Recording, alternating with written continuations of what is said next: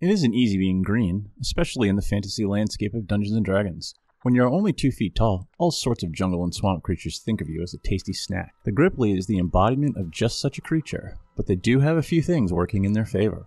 Way more intelligent than people give them credit for, the Grippli are smart enough to know when to run, which is most of the time. They can also travel the treetops, keeping them out of the reach of many of their natural predators. There's more to the Grippli than meets the eye, so let's dive in and see what this humanoid tree frog has to offer. First found in the Monster Manual 2 from 1983, the Grippli are introduced as small, smart tree frog humanoids. They closely resemble the red-eyed tree frog in appearance, but we can't verify that their eyes are actually red because the art is only in black and white. It seems a bit odd they are humanoids, but it isn't any odder than the bullywug and grung for also being frog humanoids. The Grippli's hands and feet can easily grip tree branches, allowing them to move easily high up in the canopy and within the rainforest. Grippli also live in swamps, and both locations are rich in the foods that make up their diets, insects and fruit. They'll eat a lot of bugs throughout their lifetime since they can live to be over 700 years old. A Grippli can easily hunt for a late-night snack if they choose to, since they have dark vision, known back then as ultravision. The Grippli blend right in with their natural habitat, their greenish-gray skin granting them a chance to surprise you and your friends 2 out of 3 times. Even though the Grippli travels among the treetops, they live on the ground in small huts, usually made from mud or wood. Such places are typically decorated with any bright-colored clothing they manage to steal from unsuspecting travelers, though they are not warlike or violent, they just like pretty colors. If you stumble across a Grippli lair, these creatures won't attack you on sight, which is a pleasant change for most of the creatures we examine.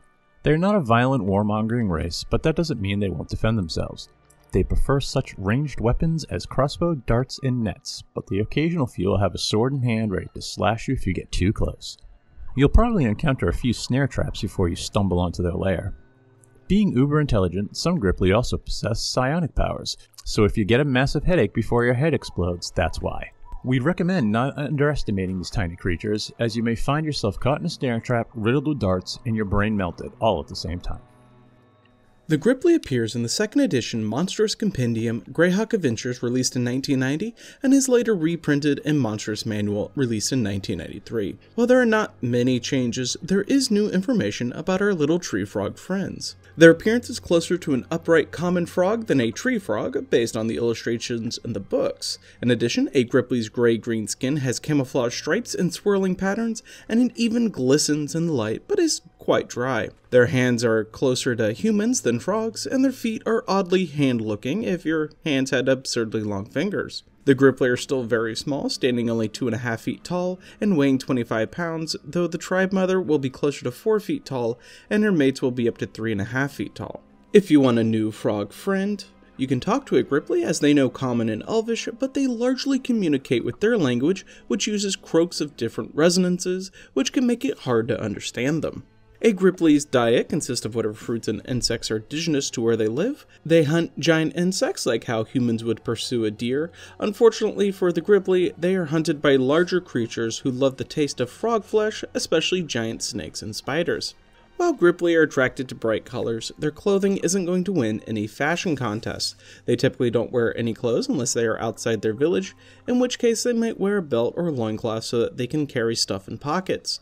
These little frogs will leave their village not only to hunt, but also to trade with good aligned creatures and villages. There are no blacksmiths in Grippli culture, so swords and other metal weapons aren't usually used. It's not that the Grippli couldn't create their own armaments, as intelligent as they are, but why spend all that time when you can trade exotic fruits if you need such items? Darts, nets, and spears are their weapons of choice. You may not see the darts coming since the Grippli's natural camouflage gives them the element of surprise. It makes sense then that Gripplis would rather hide and ambush you than attack you head on. When you're 2 feet tall, charging into any battle is a fool's folly. Dropping a net on unsuspecting passerbys and raining down darts upon them makes much more sense. The social life of the average Grippli remains mostly the same. Even though the Grippli travels the trees, they live on the ground in tiny little huts.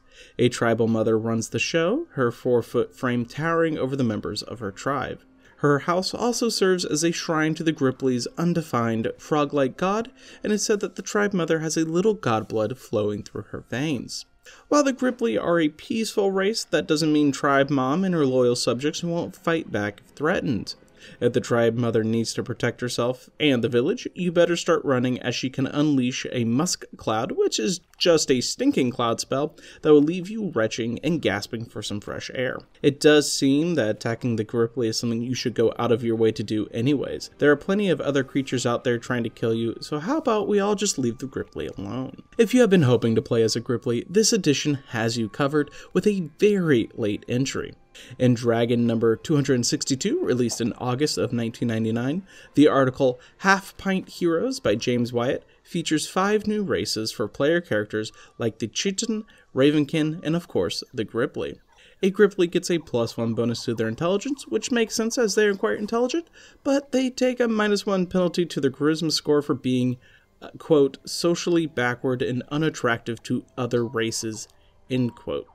Which seems a bit like human washing to us. We find the Grippli to be adorable, and we bet that they have some fascinating stories to tell.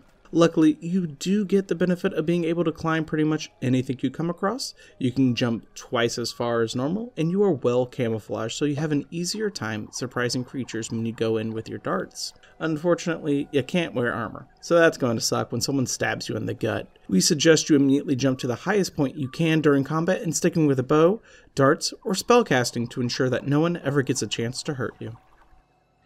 The Grippli doesn't appear in any monster manuals in the 3rd edition. In fact, it doesn't show up at all but in the Dragon magazine number 324 from October 2004, with the article Winning Races Grippli by Joshua Cole. While the article doesn't offer much in the way of new material, it does reconfirm what we know about the Grippli.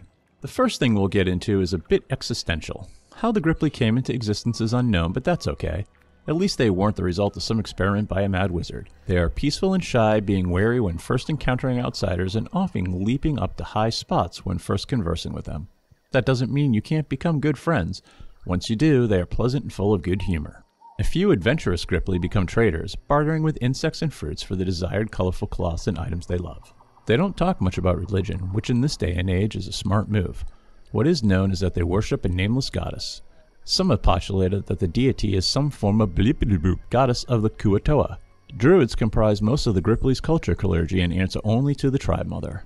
Celebrations revolve around nature and the seasons, and Grippli religious festivals are elaborate and exorbitant. They are fun but serious affairs, culminating in enormous offerings to their unnamed goddess, and we can only imagine that involves lots of shiny baubles. Unfortunately for the Grippli, giant insects think that Grippli flesh is quite tasty, so there's more than one group of creatures you'll need to avoid.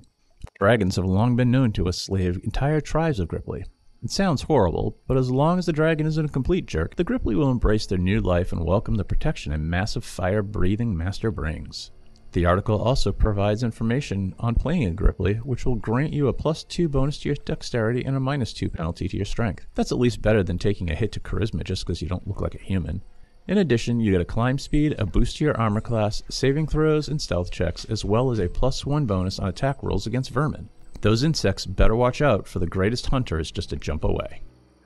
The Grippli returned to 5th edition Dungeons & Dragons with the release of Candlekeep Mysteries in 2021. The Grippli are featured in the adventure Book of Cylinders, where they are catching crabs and being hunted by the Yuan-ti.